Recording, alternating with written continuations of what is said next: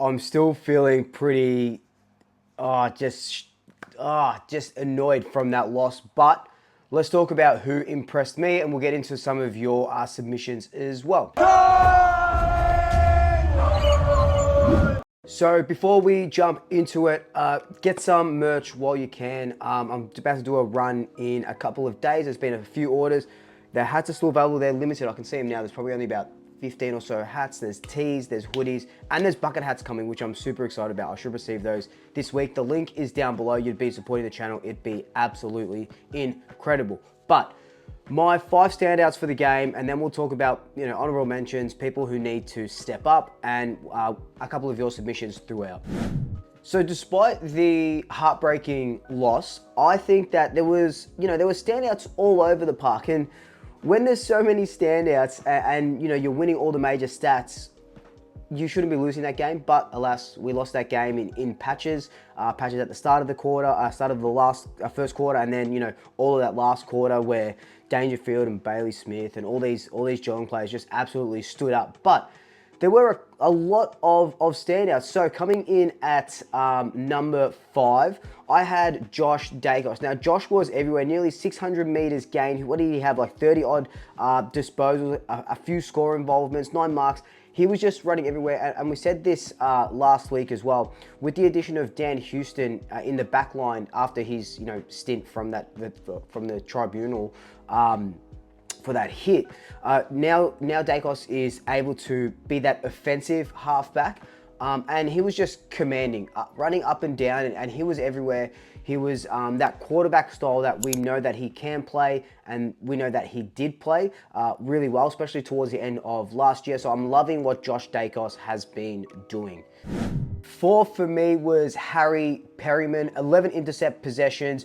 And I think, Craig McRae came out and said yesterday that it was his best game for the club, and it probably was his best game for the club. And I know I was so adamant on him not playing in the back line or anything like that, but we needed him there. No Jeremy Howe, no Reef McGuinness. I do like Perryman in the middle because I think he could give us a lot, but I think the emergence of Ned Long really does help us. So look, Perryman coming in at number 4 for me. I thought he had a fantastic game. When the coach is saying that that's his best game for the club, you can't really go past him. Number 3, I had Scott Pendlebury. This guy is just winding back the clock. What? 26 disposals, 7 score involvements, 4 clearances, 9 marks, 88% disposal efficiency. And, he tried his hardest. I think he even had like 4 or 5 tackles as well. One really cool goal. He was just trying his harder, and he's always that sort of gel when we sort of need him to stick that team together. And he was standing up when we needed him to, and commanding space and stuff like that. And unfortunately, just wasn't to be, even though that was probably one of his best games for the season so far.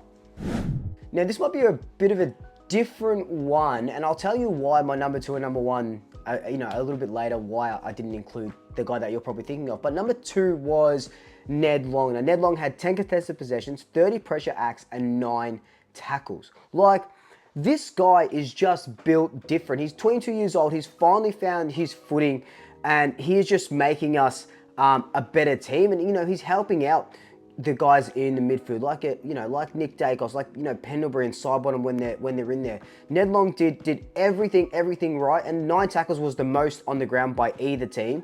And I just absolutely love what Ned Long has been doing, and that's why I've got him in my top 5 best players. Now, number 1 best player for me was just Darcy Cameron. This guy, and I said it in my review of the game, probably finishing top 2 in the Copeland. Oh, with Steele, Sidebottom. Look, top 3 in the Copeland, because you think at the moment it's Nick, Sidey, and Darcy. He had 23 disposals, 38 hitouts, 6 clearances, 1 check side goal that's going to win goal of the week. This guy just keeps going up levels, and it's funny because his contract expires at the end of next year. We know everyone is going to be after him. West Coast, Carlton, St Kilda as well. They're all after him. So he's putting in a performance that says, sign me up till 2030 and give me $850K a year because I deserve it. And I think that this guy has really, really earned it. Remember that Ned Guy got him from Sydney for literally not even a packet of like nice salt and vinegar chips or light and tangy. It was original flavor, which I don't rate at all, right? Plays the game at Sydney, comes here and just absolutely dominates now, a premiership ruckman. And if it wasn't for Darcy Cameron, we would have been really worse off. And I've said it all the time. I love when he floats down back, takes a good intercept mark, takes a good pack mark. He is a very good conduit when we need that big man. And Mason Cox was sort of providing that as well. But Darcy Cameron was my number one for me. Honourable mentions. Now, I've got Nick Daicos in an honourable mention because I did think he had a really, really good game. 28 disposals, 8 score involvements, a bunch of clearances. He had a good second and third quarter.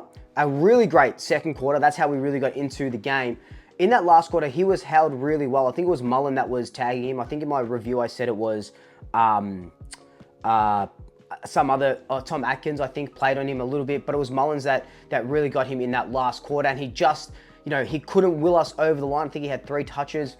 And that's not why I'm putting him in my honourable mentions and not in my top 5, because that one quarter, he didn't win us the game. We're becoming too Nick reliant. I just think that it wasn't his complete game. He had patches, but this was probably the first time this season that he was really tagged right out of a game and didn't have that impact that we needed him late in the game. But again, in that last quarter, Geelong tagged all of us out until the last 5 or so minutes where we started getting it. It wasn't even the last 5 minutes. It was like 3.5 minutes where we started getting on top again.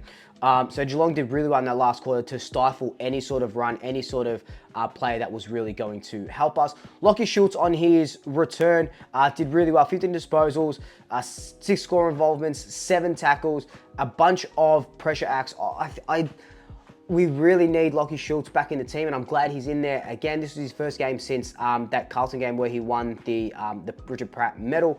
So it's really good to see him back, and he's going to be really good for this run as well. And you know who I didn't include in my top 5, and I could go back and redo this, but I'm doing this on the fly, and I thought I had him in there, was Brody Mychek. Kicked 4 goals, 3. Brody Mychek was just, you know, without this guy, since 2018, we would have been absolutely cooked. This guy is, you know, he's taken a battering. He's taken a battering over these last, 7 years as our key full forward, and he's not really a key full forward. He single-handedly got us back into that game in that last quarter, in those last couple of minutes.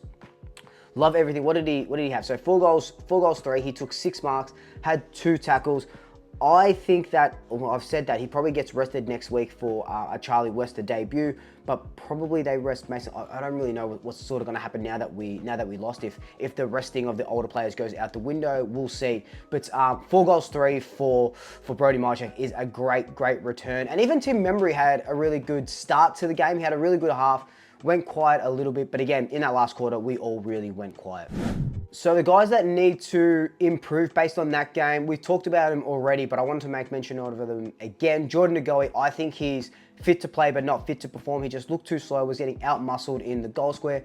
Beau McCreary needed to do a little bit more. He had a good game. I think it was against Brisbane where he had a really good game and just declined a little bit. I don't know, like, you know, we've said that you're only as good as your bottom, you know, 6 or so players. And the guys that we needed to step up didn't really step up. Jordan Ngoe, Beau McCreary, even Bobby Hill. That rundown tackle was absolutely amazing. Gets called a trip, which it's definitely not a trip.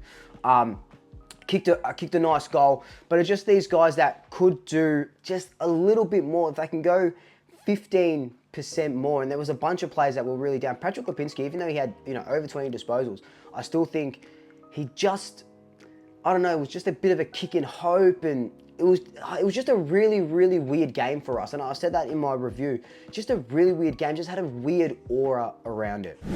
But on Instagram, you guys were absolutely loving Ned Long, Perryman, Scott Pendlebury. This is what you guys were saying, and you guys just, I love it. I love the love that we're giving to Ned Long. I just love the guy so much, an absolute workhorse, and you love him too. But these were my standouts. Let me know, who did I miss? Who do you want to include? Who can do a little bit more? Let me know your thoughts down below. But until then, like, comment, subscribe, tell your family, tell your friends, tell your pets, and until next time, double shackers, I'll swoop you later.